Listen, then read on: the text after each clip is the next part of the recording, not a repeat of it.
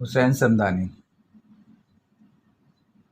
آج کا موضوع ہے بنیاد پرستی، فنڈامنٹلزم۔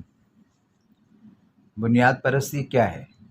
ہر عقیدے یا نظریے میں کچھ ایسے بنیادی مرکزی اصول، قواعد و ضوابط ضرور شامل ہوتے ہیں جنہیں اس نظریے یا عقیدے کی بنیاد سمجھا جاتا ہے۔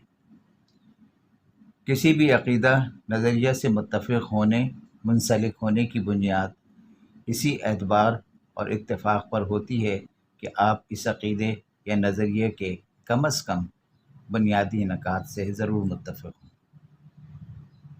یقیناً آپ اس عقیدے یا نظریے کے بنیادی نکات پر متفق ہوں گے، جبھی تو آپ اس سے جڑے ہوئے ہیں۔ دوسرے لفظوں میں، اگر اس بات کو یوں کہا جائے تو غلط نہ ہوگا کہ اس عقیدے یا نظریے کے حوالے سے آپ ایک بنیاد پرست ہیں، اور یہ ایک بالکل نارمل بات ہے۔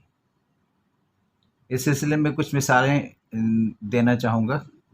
مثال نمبر 1، مارکسزم کے حوالے سے غیر طبقاتی معاشرے، کلاس لیس سوسائٹی کے بنیادی نظریے سے متفق ہوئے بغیر کوئی شخص خود کو پروگریسو یا مارکسسٹ نہیں کہہ سکتا، جب تک وہ یہ نہ سمجھے کہ دولت کی بنیاد پر غریب و امیر کے طبقات میں تقسیم شدہ اس طبقاتی نظام اور معاشرے کے وہ خلاف ہے۔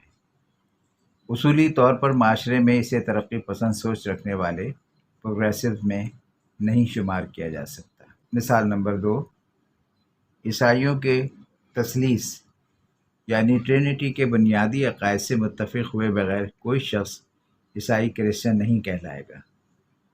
مثال نمبر 3، اسی طرح اسلام کے بنیادی عقائد پر ایمان لائے بغیر کوئی شخص مسلمان نہیں ہو سکتا۔